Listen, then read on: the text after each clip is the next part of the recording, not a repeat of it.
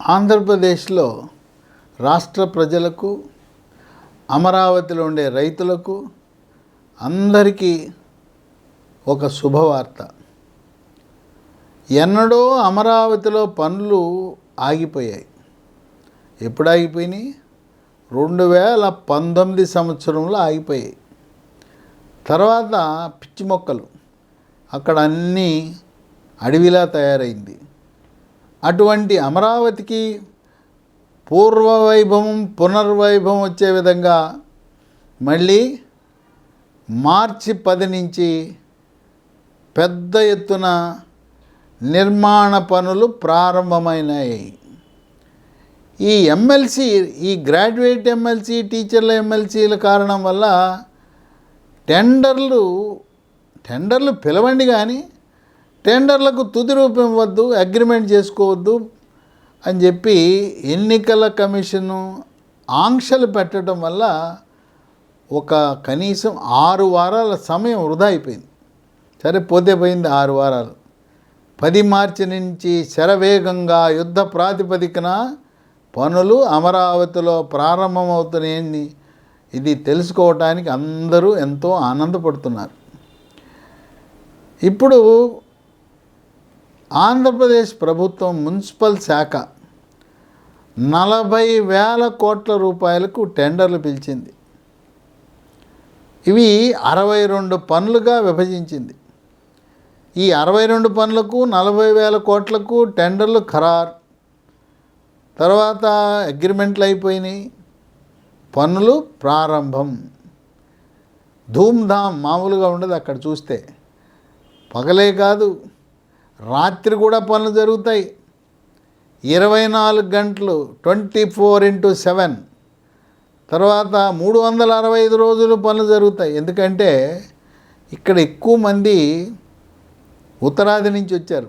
Jharkhand, Bihar, Uttar Pradesh, Orissa, west Bengal, ఈ రాష్ట్రాల నుంచి వచ్చారు కనుక వాళ్ళు పనే పరమావధి, ఇంకా వేరే పనే లేదు. వాళ్ళకి తాత్కాలిక వసతి కల్పించారు. తాత్కాలిక వసతి అక్కడే ఉంటారు కనుక పగలు ఒక షిఫ్టు, రాత్రి ఒక షిఫ్టు, వేరువేరుగా వాళ్ళు పనులు చేస్తారు. ఇది వాస్తవానికి 62 పనులు టెండర్లు ఖరారైనా మొత్తం 3 ఏళ్లలో చేయవలసిన పనులు 92 ఉన్నాయి. అంటే ఇంకొక 30 పనులు ఉన్నాయి.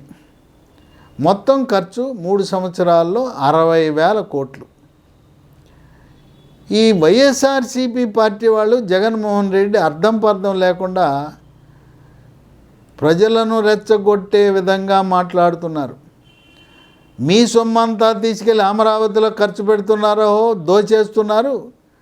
ఏ విధంగా ఉమ్మడి రాష్ట్రం ఆంధ్రప్రదేశ్ రాష్ట్రంలో ఉండే సంపదను అంతా తీసుకెళ్ళి హైదరాబాద్లో పెట్టి రాష్ట్రాలను జిల్లాలను అధోగతి పాలు చేశారని చెప్పి రెచ్చగొట్టే ధోరణిలో వీళ్ళు అసత్య ప్రచారం చేస్తున్నారు. ఇప్పుడు మనకి కేంద్ర ప్రభుత్వ సహకారంతో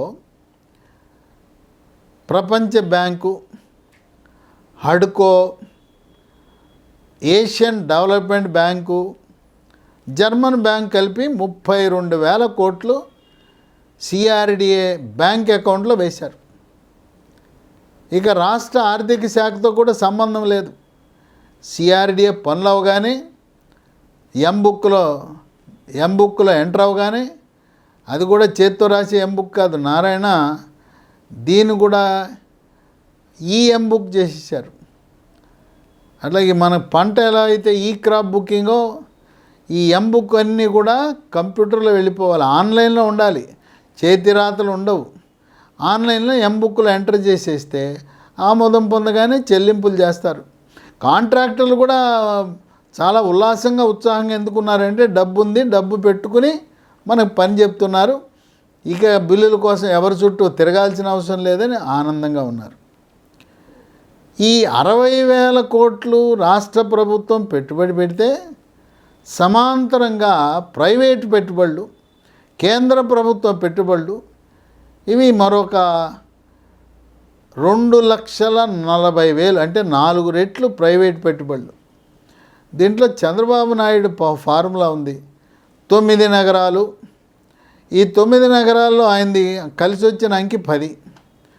వరల్డ్ క్లాస్ ప్రపంచ స్థాయి యూనివర్సిటీలు 10, ప్రపంచ స్థాయి ఇంటర్నేషనల్ స్కూల్స్ 10, ప్రపంచ స్థాయి కార్పొరేట్ హాస్పిటల్ 10, ప్రపంచ స్థాయి టాప్ 5 స్టార్ 7 స్టార్ హోటల్స్ 10.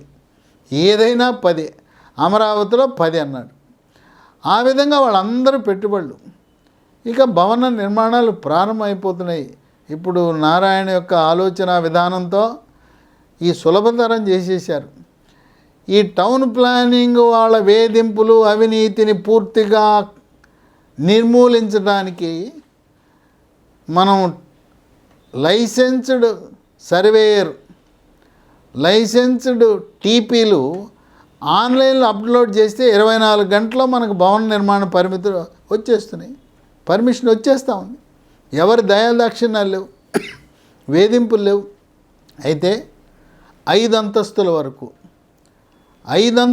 వరకు ఒక్క రోజులోనే మనకు అనుమతి వస్తుంది. ఎటువంటి అవినీతికి ఆస్కారం లేదు. ఇంకోటి ఏంటంటే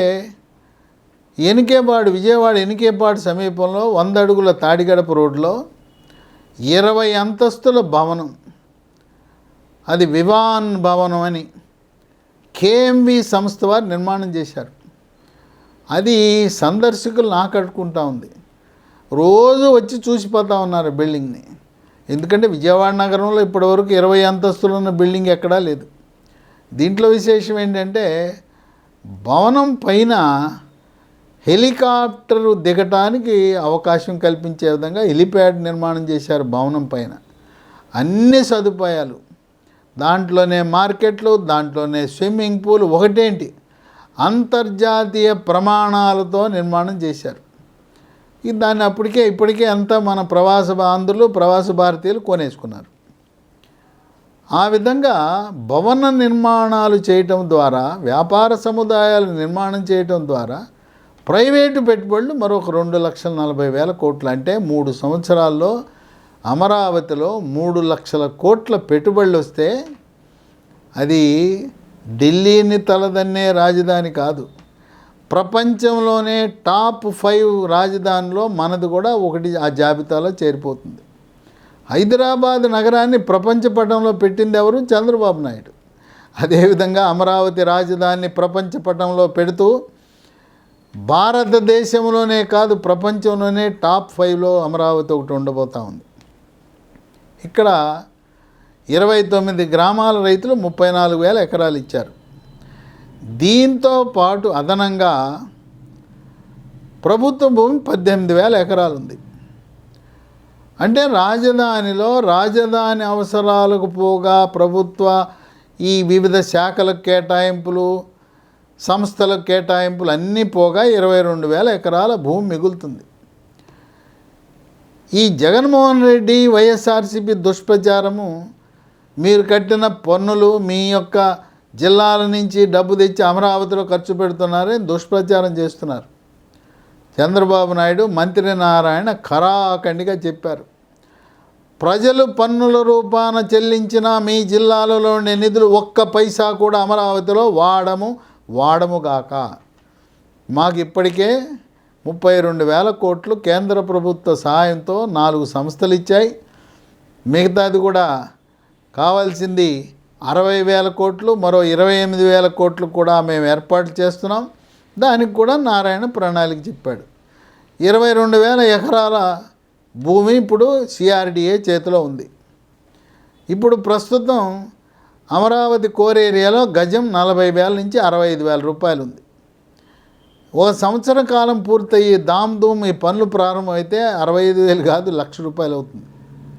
ప్రభుత్వం కూడా వాళ్ళు కూడా ఆలోచనతో ఏదైతే 22,000 ఎకరాల భూమి ఉందో దాన్ని అభివృద్ధి చేసి, రోడ్లు వేసి, మంచినీరు సదుపాయము, మురుగునీటి అభివృద్ధి, అన్ని రకాల మౌలిక సదుపాయాలు కల్పించి, పార్కులు, ఓవర్ హెడ్ ట్యాంకులు అన్నీ నిర్మించి దాన్ని అమ్మటము ద్వారా ఖర్చు పెట్టేది 60,000 కోట్లు అయితే, తర్వాత ఒక ఎకరానికి అవసరమైతే ఒక 2 కోట్ల రూపాయల అభివృద్ధికి ఖర్చు పెట్టినా పూర్తిగా ఉన్న 22,000 ఎకరాల ద్వారా 1,00,000 కోట్లు సంపాదించి ఈ తీసుకున్న అప్పు వడ్డీతో సహా చెల్లించి జిల్లాలలో ఉండే ప్రజలు చెల్లించే పన్నులు ₹1 కూడా అమరావతి నిర్మాణానికి వాడము అని చెప్పి ఛాలెంజ్గా దమ్ముగా ముఖ్యమంత్రి మున్సిపల్ మంత్రి నారాయణ ప్రకటన చేయటం అనేది విశేషం. ఇక్కడ పనులు 24/7 365 రోజులు, విద్యుత్తుకి అంతరాయం లేదు, నీటి సరఫరాకి ఇబ్బంది లేదు, రవాణాకి ఎటువంటి ఇబ్బంది లేదు. తర్వాత అమరావతి చుట్టుపక్కల ఉండే క్వారీలు, క్రషర్లు అవన్నీ కూడా అమరావతి నిర్మాణం పూర్తయ్యే వరకు కంకర కావలసిన మెటీరియల్ అంతా కూడా అమరావతికి ఇవ్వాల్సిందిగా ప్రభుత్వం ఆదేశాలు జారీ చేశారు.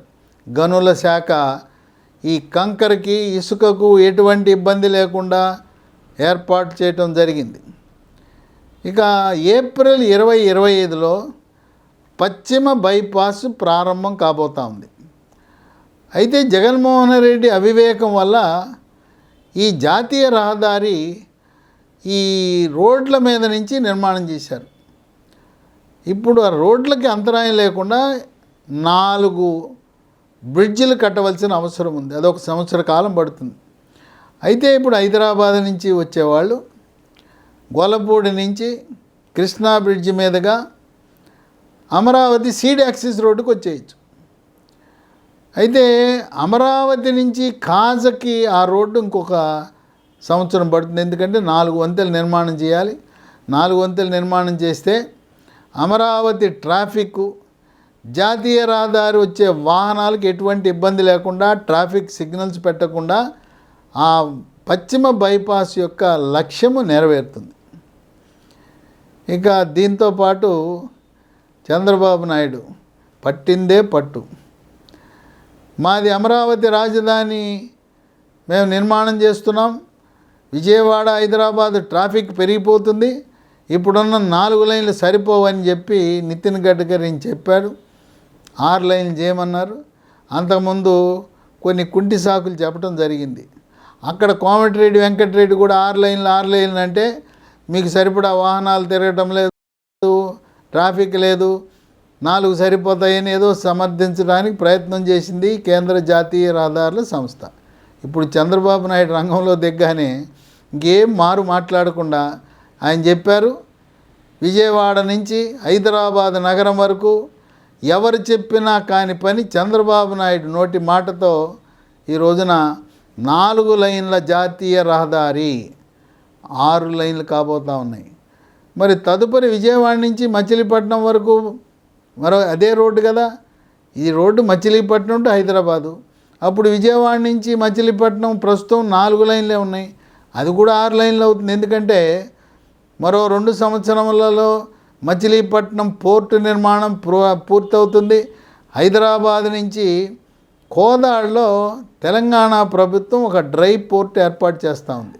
అంటే కంటైనర్లన్నీ అక్కడే ఉంటాయి, అక్కడే కస్టమ్స్ క్లియరెన్స్ చేసి ఆ కంటైనర్లన్నీ కూడా కోదాడ నుంచి మచిలీపట్నానికి వెళ్ళాలి కనుక విజయవాడ నుంచి మచిలీపట్నంకు ఉన్న రహదారి 4 లైన్ల ద్వారా 6 లైన్లు కాబోతూ ఉంది. ఆ విధంగా చంద్రబాబు నాయుడు అనుకున్నదే సాధించటం ఆయన యొక్క పరమార్థం. ఈ విధంగా అమరావతి పనులు ప్రారంభం అవటం అంటే ఎంతో సంతోషకరమైన వార్త. అక్కడ ప్లాట్లు ఉన్నవాళ్ళు, అక్కడ స్థలాలు ఉన్నవాళ్ళు, ల్యాండ్ పూలింగ్కి ఇచ్చిన వాళ్ళు, రైతులు వాళ్ళ ఆనందానికి అవధులు లేవు, పండుగ చేసుకుంటున్నారు. ఆహా, మార్చి 10 పనులు ప్రారంభమైనాయి. కొంతమంది అక్కడొచ్చి చూస్తున్నారు పనులు ఎంత వేగంగా జరుగుతున్నాయని చెప్పి వచ్చి రైతులు ఆ గ్రామాల్లో ఉండేవాళ్ళు వచ్చి చూడటం అనేది విశేషం. ఇక ఎవరు ఆపలేరు. అమరావతి రాజధాని మారదు. ఎందుకంటే అమరావతి రాజధాని అని చెప్పి లోక్సభలో రాజ్యసభలో ప్రవేశపెట్టి ఆంధ్రప్రదేశ్ పునర్విభజన చట్టంలో దాన్ని పొందుపరిస్తే ఎవడు ఉన్నా ఎవడు లేకపోయినా భూమి ఆకాశాలు ఉన్నంత వరకు అమరావతే రాజధానిగా ఉంటుంది, ఉండబోతుంది అని న్యాయ కోవిదులు వాళ్ళు భావిస్తున్నారు.